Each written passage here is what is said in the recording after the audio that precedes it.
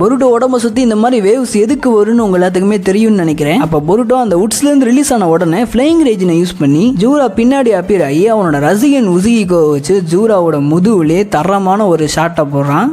அடிச்சிருக்காட்டி அந்த மாதிரி அடிக்கடி எங்க அம்மா தூக்கி அடிச்சாம்பார் மேல கட்ட பறகுது கொட்டை தெரிக்குது.